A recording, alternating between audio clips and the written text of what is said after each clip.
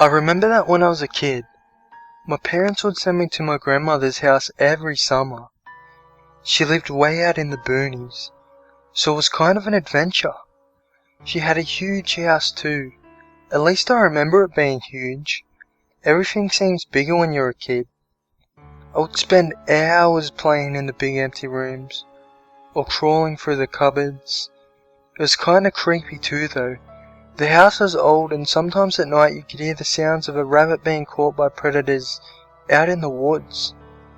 Those things can scream just like a human child. My grandmother was kinda creepy too. I think she was already turning a bit senile.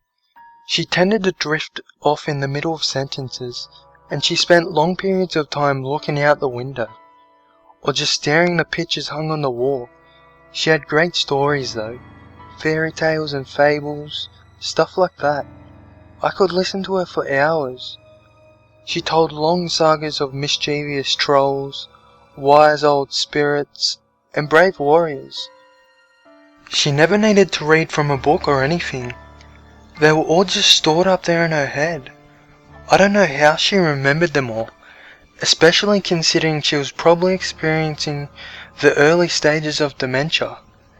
There was one story though, that kinda bothered me as a kid.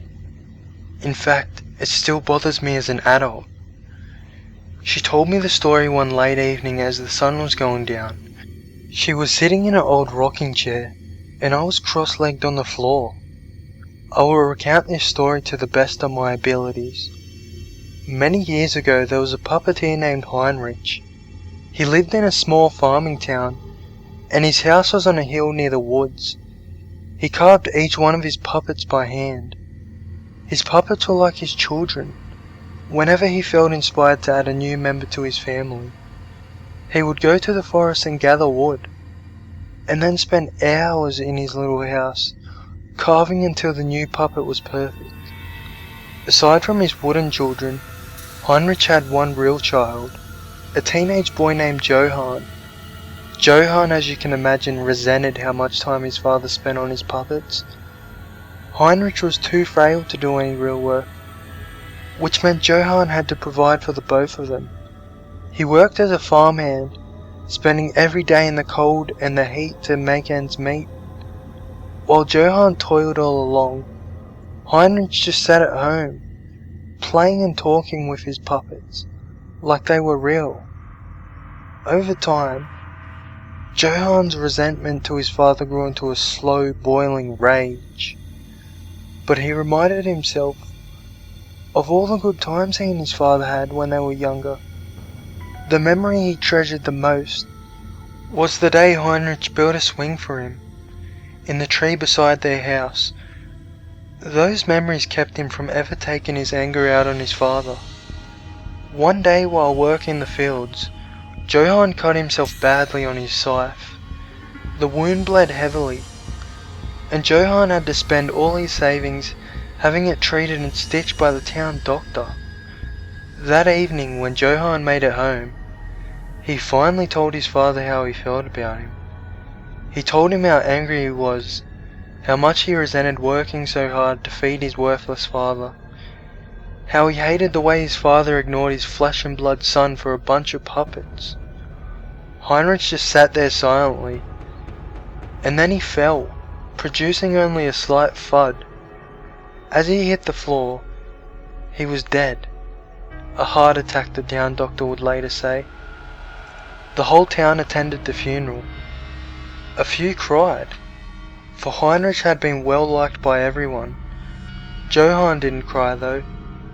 He just stood by the grave, silent, barely moving. The townspeople were mortified by his lack of emotions. A while later, people noticed they hadn't seen Johann since the funeral.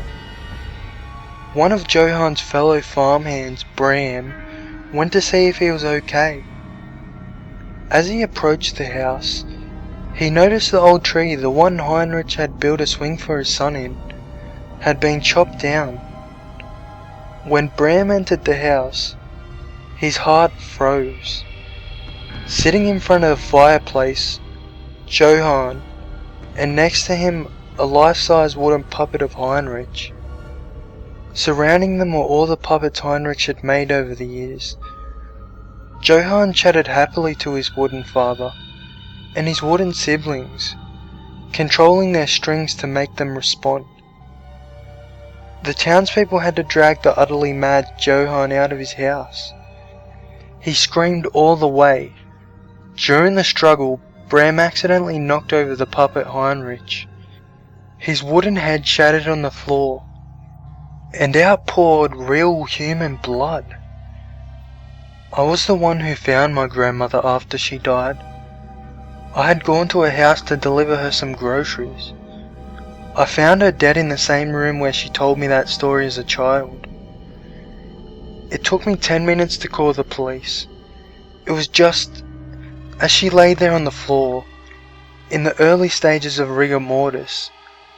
I couldn't help but notice how wooden she looked.